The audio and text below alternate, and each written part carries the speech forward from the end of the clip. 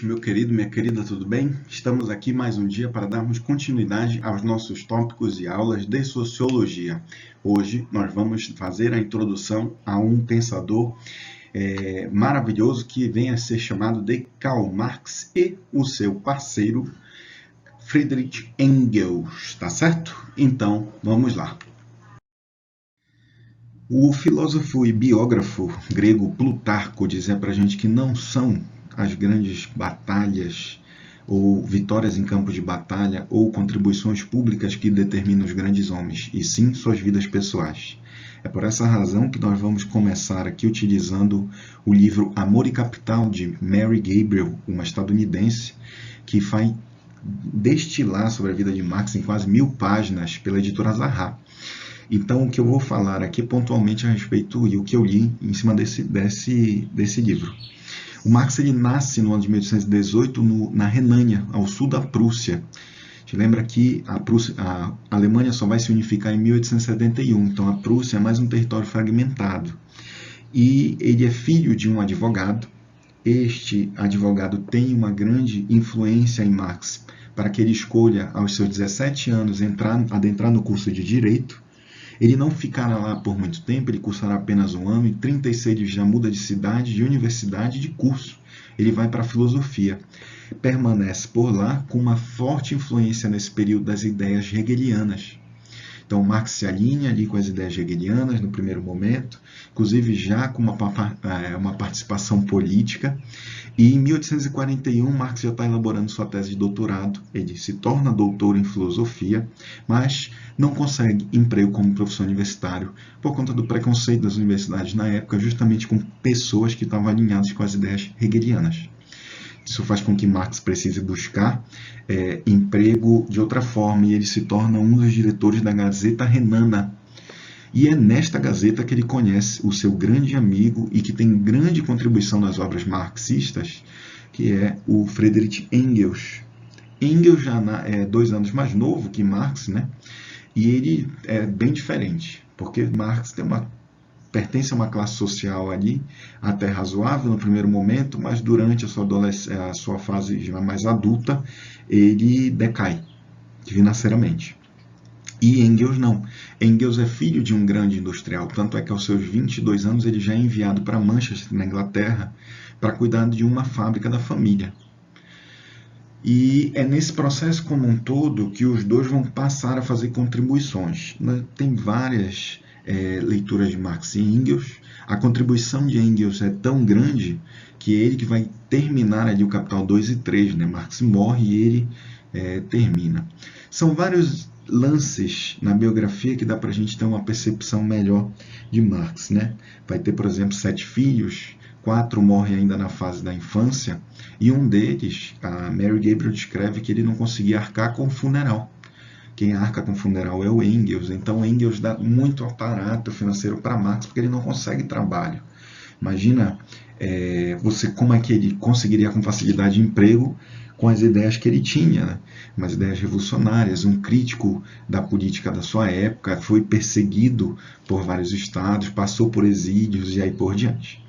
Qualquer outra informação, você tem essa biografia aqui como referência, tá? Então vamos para os conceitos ali de Marx e Engels, tá certo? Socialismo científico. Vamos compreender por que Marx e Engels se denominam socialistas científicos, né? Bem, é recorrente na história alguns grupos denominarem os demais. Por exemplo, os romanos denominavam os outros povos como ditos bárbaros, né? Você vai ter, por exemplo, aqui no próprio Pará, as pessoas denominando os demais como cabanos, e aí por diante. Então, o Marx e o Engels vai denominar o grupo que os antecede no século XVIII e os primeiros 2 decênios do século XIX, como Saint-Simon, Charles Fourier, Robert Owen, como socialistas utópicos. Veja essa palavrinha que já foi tema da prova da Unicamp. Utopia, né? Nos arremete a Thomas Moros. A negação, o não, e topia, topos, lugar. não há lugar na realidade. Então, os socialistas utópicos, eles não são benquistos, eles até têm uma importância de contribuição, mas não para fins de mudar a realidade. Desse modo, o que o Marx e Engels propõem como socialismo científico? Aquilo que eu estudei. Olha, eu estou falando de dados, eu realmente estudei o capitalismo para criticá-lo. Nós entenderemos que Marx e Engels estão inseridos num contexto específico. Eles vão romper com tudo aquilo que está pré-estabelecido naquela época. Eles vão bater nos socialistas utópicos, nas ideias hegelianas. Lembrando que nós falamos anteriormente, os filósofos já compreenderam, agora nós temos que mudar a realidade. Eles vão bater basicamente e completamente nas ideias que estão postas, nas ideias históricas e aí por diante. Então, o que eles propõem para a gente nessa visão de capitalismo?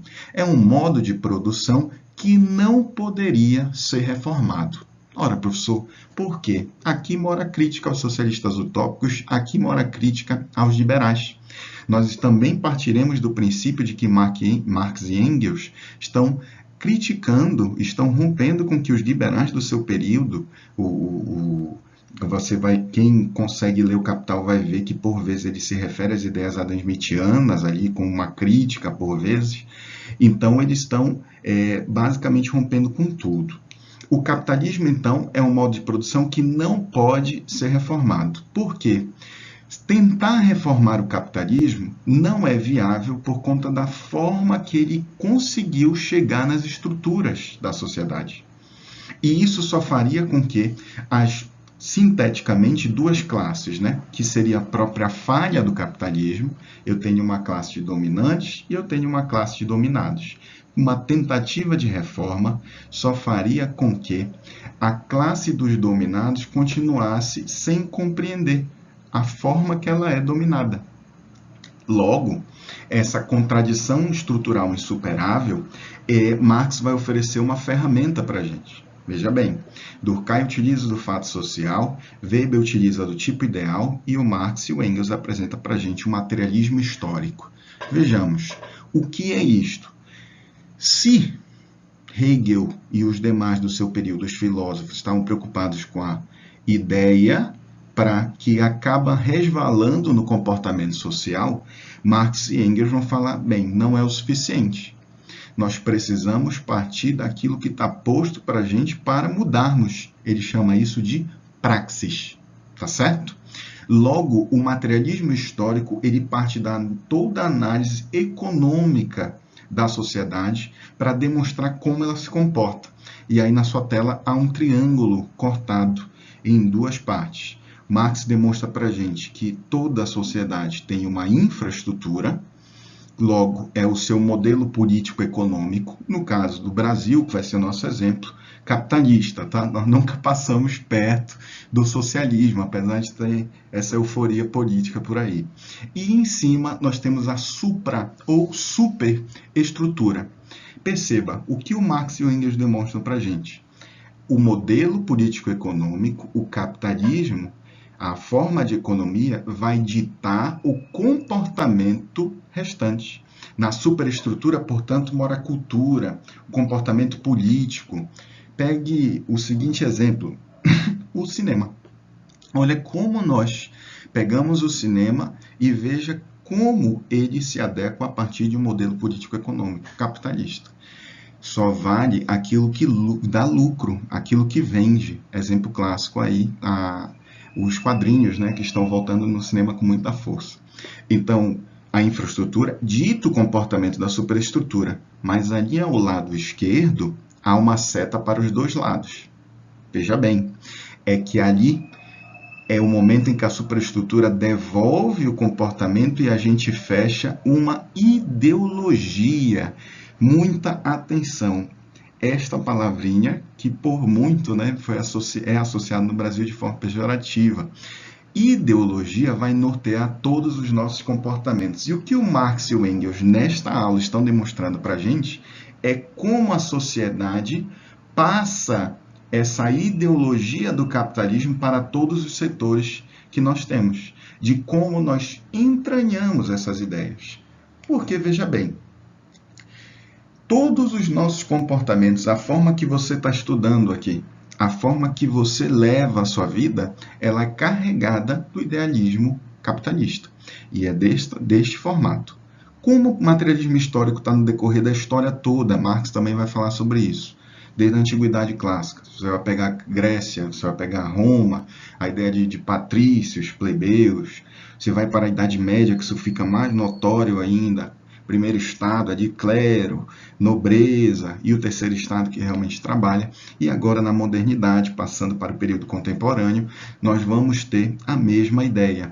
Só que agora é burguesia, aquele que detém os meios de produção, não aquele que é dono de um iPhone, tá? E o proletariado, aquele que vende a sua mão de obra. Burguesia dominante, proletariado é o dominado. Nós vamos sintetizar as ideias de Marx em cima dessas duas classes apenas, tá certo? Lembre-se, Marx está inserido num contexto histórico específico. Tudo bem? Até aqui tudo certo? Então, continuemos.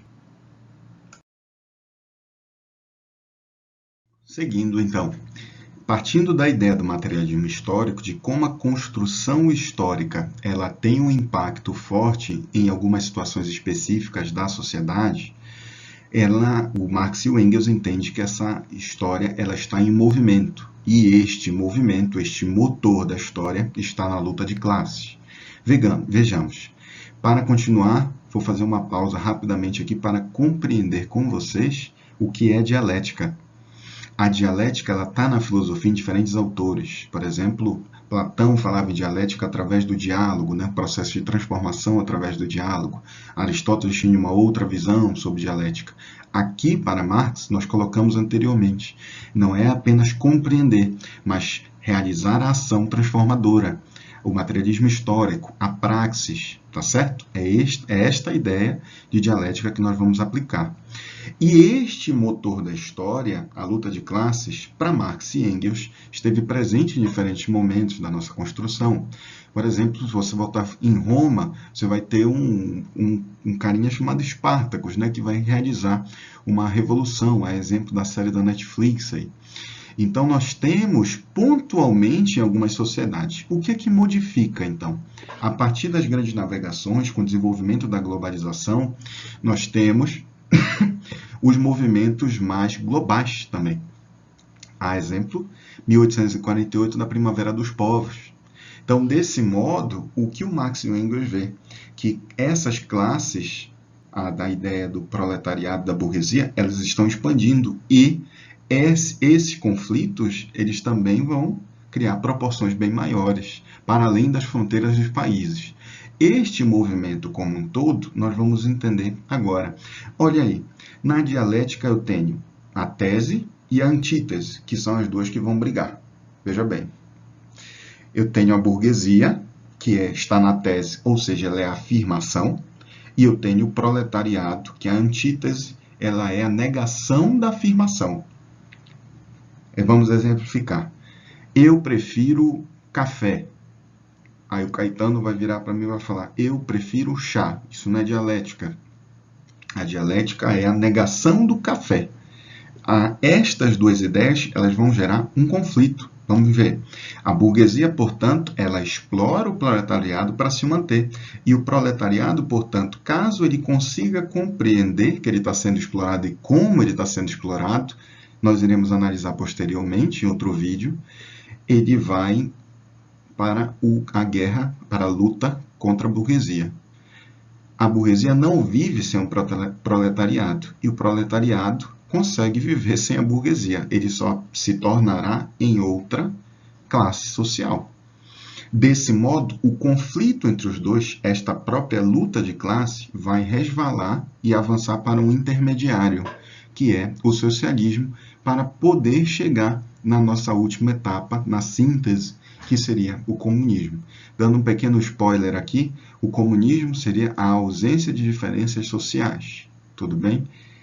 É muito confuso isso para os brasileiros, para muitos estudantes ainda, compreender que dentro da teoria marxista nós nunca tivemos um país comunista. Tivemos exemplos diversos de socialismo. Falaremos também mais à frente sobre isso. Tá bem? Bem, meus queridos e queridas, para nós finalizarmos, como é que funciona, então? Como é que o capitalismo tem esse poder de ocultar algumas ideias ali? Vejamos, essa ideologia ela está oculta em dois conceitos que Marx e Engels nos apresentam, que é a mais-valia e a alienação. Começando pela mais-valia. A mais-valia é o tempo não remunerado ao trabalhador pela sua produção. Imagine por um segundo que eu trabalho em uma fábrica de cigarros e no meu expediente ali, atual, eu produzo o equivalente a 40 carteiras de cigarros, por exemplo. Só que ao final do dia eu recebo R$35.